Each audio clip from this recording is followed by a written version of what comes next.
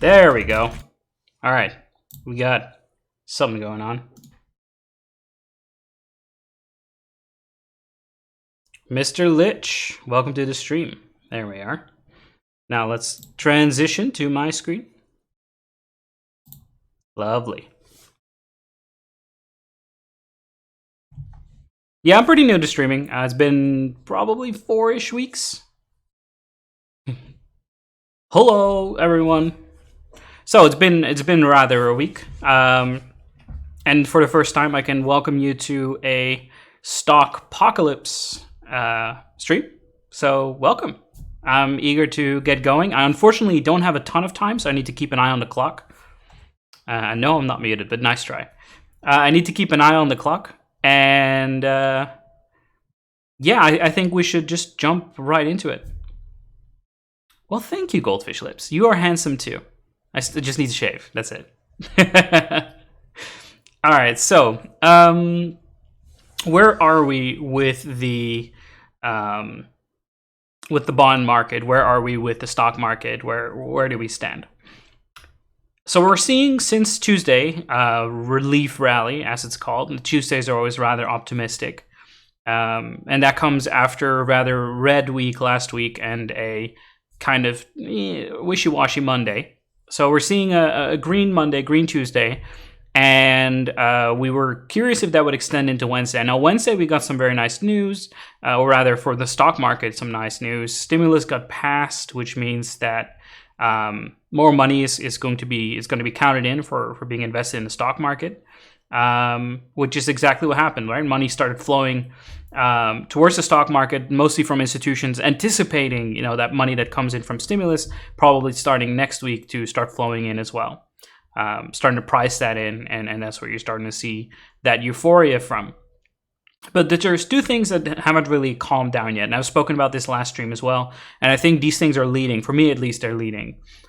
So what I do is I don't really look at interest rates. I look at the real yields, and let me explain to you why in just a minute.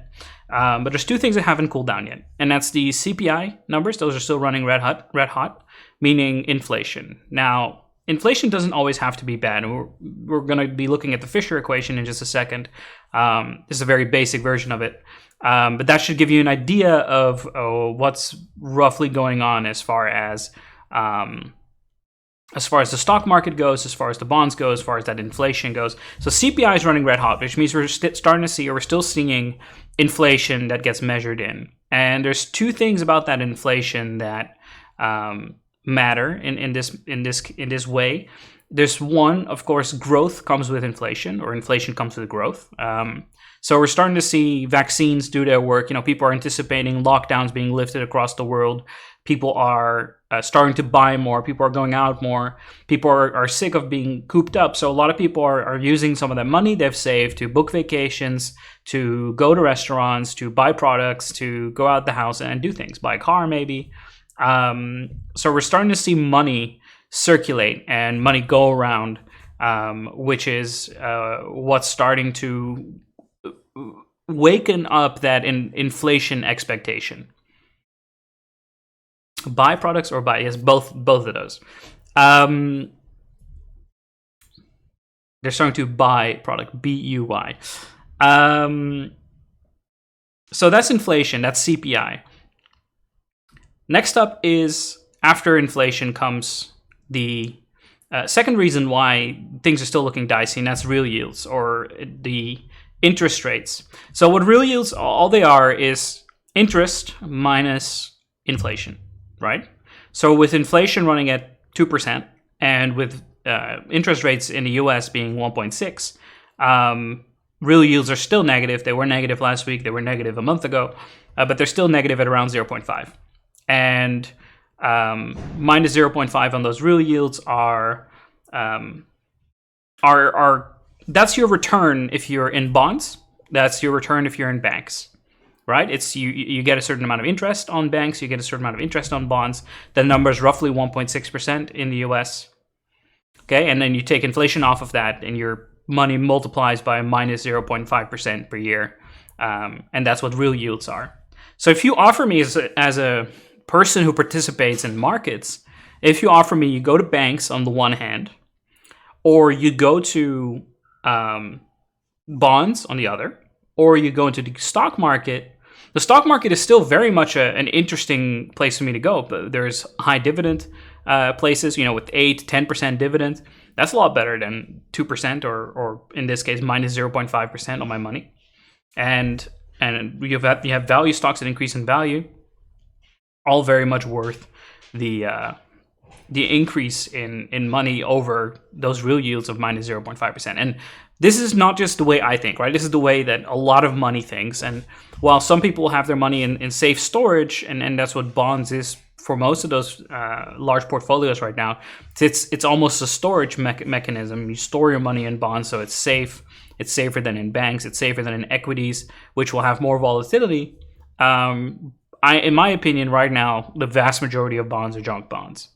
So you don't make a lot of money on bonds. All of that money is flowing into equities. Now, what is obviously now the problem is bonds are selling off, right? Which is putting upward pressure on those interest rates. And that upward pressure is essentially the banks, money on the banks saying to stockholders, hey, look at this. You're no longer getting 1.6%, you're getting 2%, 2.5%, 3%, maybe 4 or 5 eventually. They're starting to tempt money that at minus 0.5 real yields say, nah.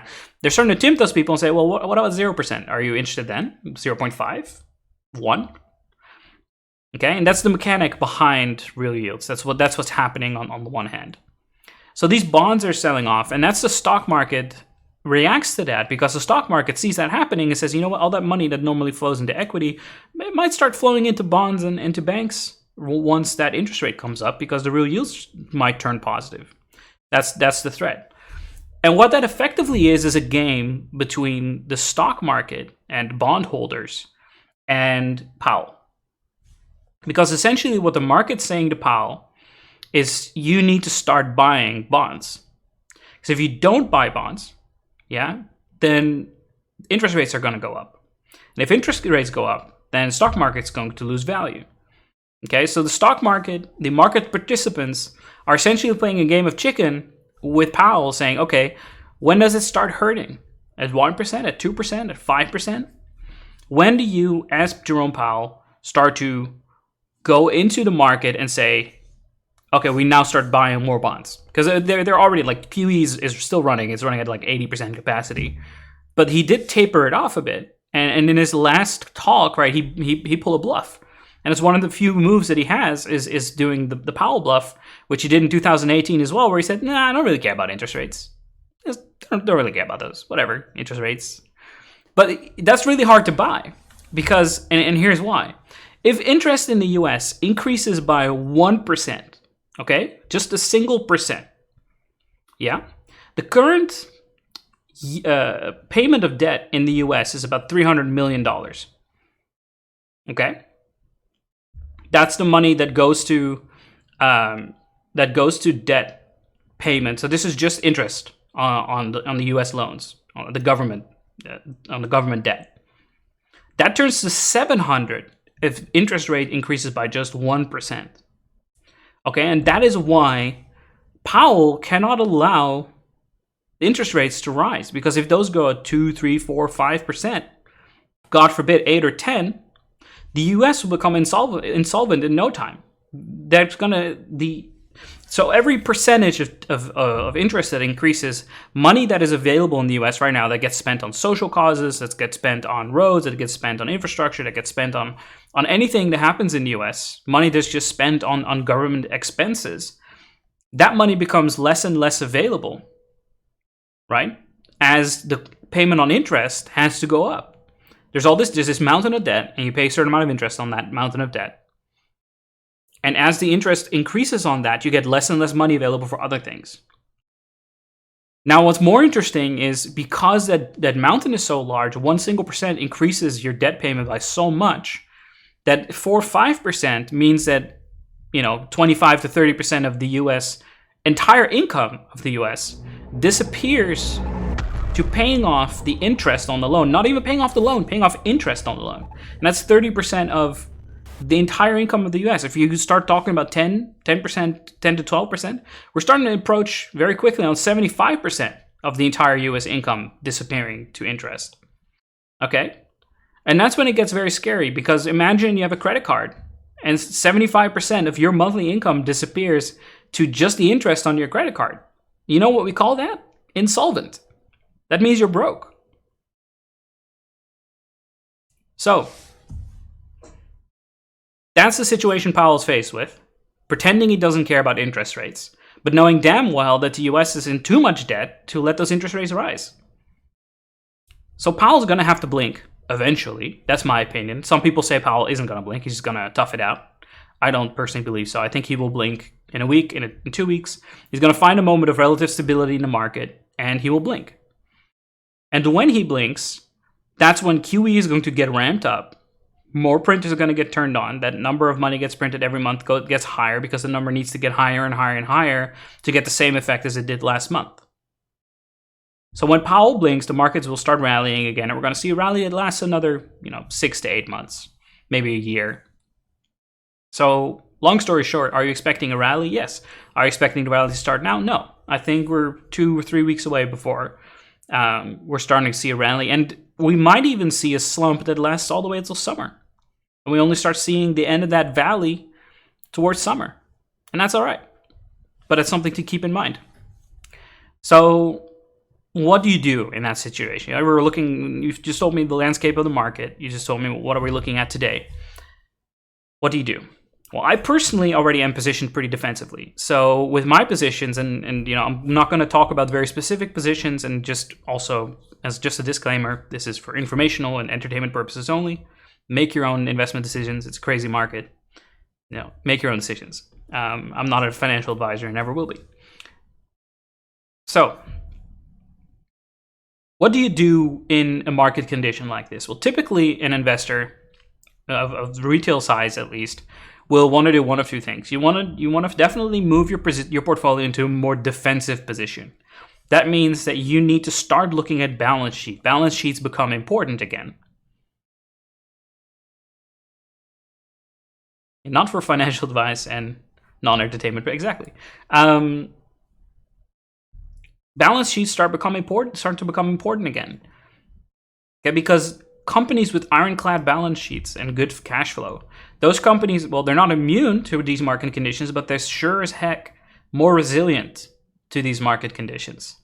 So when you start to see hyper growth stocks that have yet to see their first bit of earnings, or rather their first bit of revenue, when those kind of stocks start taking a hit in these market conditions, it's those safer ones with strong balance sheets and good cash flow that will take much less of a hit. They'll still take a hit, but much less. And because I think the market will rally again, hopefully you're in a more defensive position by now and you can just sort of ride it out. That's my plan. I positioned myself a little more defensively and I started just holding. I'm not going to buy. I'm going to wait another 2 weeks and then maybe I'll look at buying. I'm not going to buy today. I'm just going to relax and I'll reevaluate next week. Maybe things are less bleak than I expect them to be. But I will reevaluate next week and make a decision then. But for now, my decision stands. I don't intend to buy and I don't intend to sell. I'm just holding because my portfolio is already pretty defensive.